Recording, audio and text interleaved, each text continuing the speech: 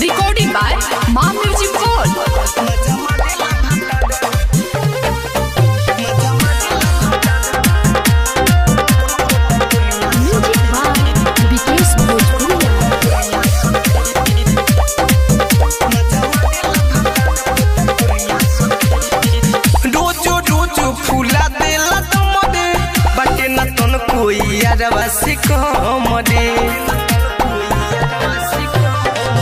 रोजो रोजो फूला देला तुमरे बटे न तन कोई यादवा से कमरे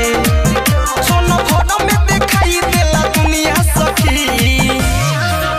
उतनी चही बिछा के चटगुनिया सखी मजा मारेला भातार पटगुनिया सखी उतनी चही बिछा के चटगुनिया सखी मजा मारेला भातार पटगुनिया सखी दे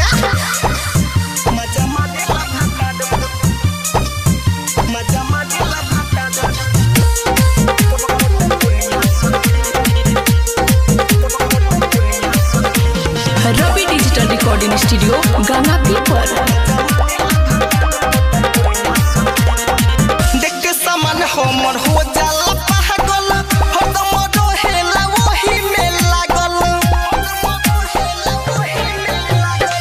देख के सामान हमर हो जाला पागल हरदम रहेला वही में लागल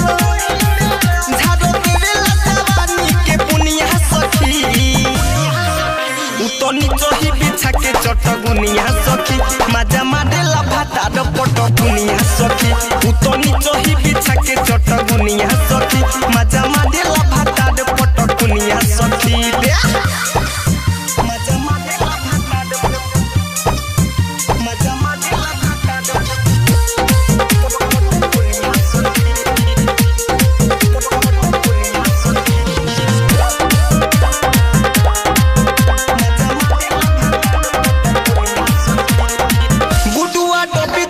देवेला मोदद सम गंभीर से की दूर कोने दर्द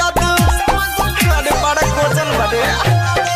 गुडुआ डबी दुख देवेला मोदद सम गंभीर से की दूर कोने दर्द रीति को मारेला लगा के टेहुनिया सखी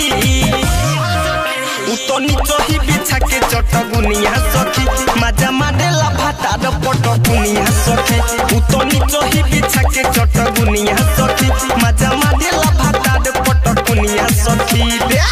रोजो रोजो फूला देला तुमरे बटे न तन कोई यादवा से कमरे सोनो भर में दिखाई देला दुनिया सखी